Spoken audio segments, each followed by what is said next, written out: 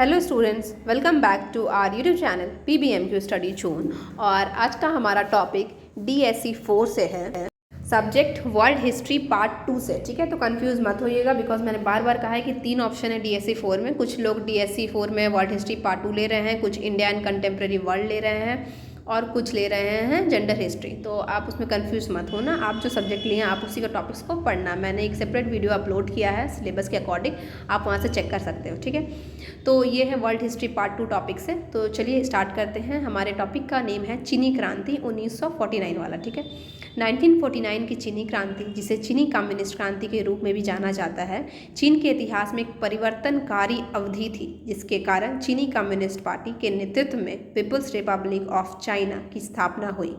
इस क्रांति ने सदियों के शाही शासन और विदेशी प्रभुत्व के अंत को चिन्हित किया और इसका चीन के समाज, राजनीति और वैश्विक संबंधों पर गहरा प्रभाव पड़ा। क्रांति को कई प्रमुख चरणों और घटनाओं के माध्यम से समझा जा सकता है। तो ये थी हमारी चीनी क्रांति की प्रस्तावना। 1949 से पहले चीन आंतरिक कलह, विदेशी साम्राज्यवाद और सामाजिक असमानता से त्रस्त था। चीन के अंतिम शाही शासक परिवार किंग राजवंश को आंतरिक विद्रोह और विदेशी अतिक्रमण का सामना करना पड़ा।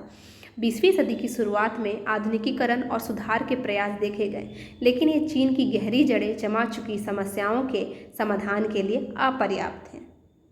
द्वितीय विश्व युद्ध और जापानी कब्जा। द्वितीय विश्व युद्ध के दौरान चीन को जापानी आक्रमण और कब्जे का सामना करना पड़ा। चियांग काई शेक के नेतृत्व वाली चीनी राष्ट्रवादी पार्टी और मोत्से तुंग के नेतृत्व वाली CCP के जापान के खिलाफ संयुक्त मोर्चा बनाने के लिए अपने गृह युद्ध को अस्थायी रूप से निलंबित कर दिया। सहयोग की इस अवधि ने CCP को ग्रामीण क्षेत्रों में समर्थन और प्रभाव हासिल करने में मदद की। गृह युद्ध फिर से शुरू। द्वितीय विश्व युद्ध के बाद KMT और CCP के बीच गृह युद्ध फिर से शुरू हुआ। KMT भ्रष्टाचार, मुद्रास्फीति और लोकप्रिय असंतोष से कमजोर हो गया था, जबकि CCP ने किसानों और श्रमिकों के बीच अपने समर्थन का फायदा उठाया। CCP की गुरिल्ला युद्ध और भूमि सुधार आंदोलन जैसी अन्य सैन्य रणनीतियों ने इससे समर्थन के आधार को और मजबूत किया। पीपल्स रिपब्लिक ऑफ चाइना की स्थापना। 1949 में कई सफल अभियानों और लड़ाइयों के बाद CCP ने जीत की घोषणा कर दी और 1 अक्टूबर को पीपल्स रिपब्लिक ऑफ चाइना की स्थापना की। माओ त्से तुंग ने साम्राज्यवाद और सामंतवाद से देश की मुक्ति की घोषणा की। चियांग काई शेक और KMT के अवशेष ताइवान में वापस चले गए, जहां उन्होंने चीन की सरकार के रूप में वैधता का दावा करना जारी रखा। भूमि सुधार और सामूहिकरण। PRC की स्थापना के बाद CCP ने समाज और अर्थव्यवस्था के पुनर्गठन के उद्देश्य से क्रांतिकारी सुधारों की एक श्रृंखला शुरू की। भूमि सुधार ने जमींदारों से लेकर किसानों तक भूमि का पुनर्वितरण किया, जिससे ग्रामीण संबंधों में महत्वपूर्ण बदलाव आया। सामूहिकीकरण प्रयासों का उद्देश्य मिश्रित परिणामों और अक्सर कठोर कार्यान्वयन के साथ कृषि उत्पादन को समुदायों में समेकित करना था। कोरियाई युद्ध और अंतर्राष्ट्रीय संबंध। 1950 में कोरियाई युद्ध के फैलने का चीन की नवगठित सरकार पर महत्वपूर्ण प्रभाव पड़ा। चीन ने उत्तर कोरिया के पक्ष में हस्तक्षेप किया, जिससे वह संयुक्त राज्य अमेरिका और उसके सहयोगियों के साथ संघर्ष में आ गया। युद्ध ने चीन के संसाधनों पर दबाव डाला और उसकी घरेलू नीतियों और वैश्विक संबंधों पर असर पड़ा। The great leap forward. 1950 के दशक के अंत में माओ ने ग्रेट लीप फॉरवर्ड शुरू किया, जो एक महत्वाकांक्षी आर्थिक और सामाजिक अभियान था, जिसका उद्देश्य चीन का तेजी से औद्योगिकीकरण करना और सामूहिकीकरण करना था।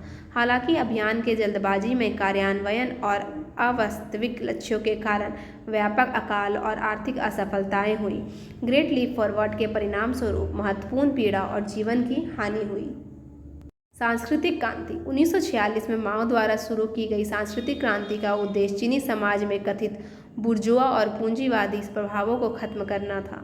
इस आंदोलन के बड़े पैमाने पर लामबंदी, राजनीतिक शुद्धिकरण और पूरे देश में उथल पुथल शामिल थी। इसका शिक्षा, संस्कृति और राजनीतिक स्थिरता पर गहरा प्रभाव पड़ा, लेकिन इससे अराजकता, उत्पीड़न और व्यापक व्याधन भी पैदा हुआ। माओ की मृत्यु और सुधार। 1976 में माओ त्से तुंग की मृत्यु में से एक युग का अंत हुआ। उसके उत्तराधिकारी डेंग जियाओपिंग के आर्थिक सुधारों की शुरुआत की, जिसने चीन को CCP नियंत्रण बनाए रखते हुए अधिक बाजार उन्मुख अर्थव्यवस्था की ओर स्थानांतरित कर दिया। इन सुधारों को, जिन्हें अक्सर चीनी विशेषताओं वाला समाजवाद कहा जाता है। चीन को विदेशी निवेश, व्यापार और आधुनिकीकरण के लिए खोल दिया गया। तियानानमेन चौक विरोध और उससे आगे 1989 में बीजिंग के तियानानमेन चौक के आसपास केंद्रित लोकतंत्र समर्थक विरोध प्रदर्शन के अंतर्राष्ट्रीय ध्यान खींचा। चीनी सरकार के सैन्य हस्तक्षेप के कारण हिंसक कार्रवाई हुई, जो एक संवेदनशील और विवादास्पद विषय बना हुआ है। इस घटना के बावजूद चीन ने अपने आर्थिक सुधार जारी रखे और धीरे धीरे एक वैश्विक आर्थिक महाशक्ति के रूप में उभरा। निष्कर्षतः 1949 की चीनी क्रांति ने चीन को एक शाही और अर्थ औपनिवेशिक राज्य में सीसीपी शासन के तहत एक साम्यवादी राष्ट्र में बदल दिया। इस क्रांति ने चीनी समाज, राजनीति और विदेशी संबंधों को नया आकार दिया। इसके बाद से आर्थिक उत्थान और एक प्रमुख वैश्विक खिलाड़ी के रूप में उभरने के लिए मंच तैयार किया। क्रांति की विरासत जटिल है, जिसमें उपलब्धियां और चुनौतियां दोनों शामिल है, जो आधुनिक दुनिया में चीन के प्रपेज पथ को आकार देती रहती है। तो ये था हमारा पूरा वीडियो गाइस। आई होप आपको अच्छा लगा हो। Please like and subscribe the channel. Please like this video and share this also. Thank you.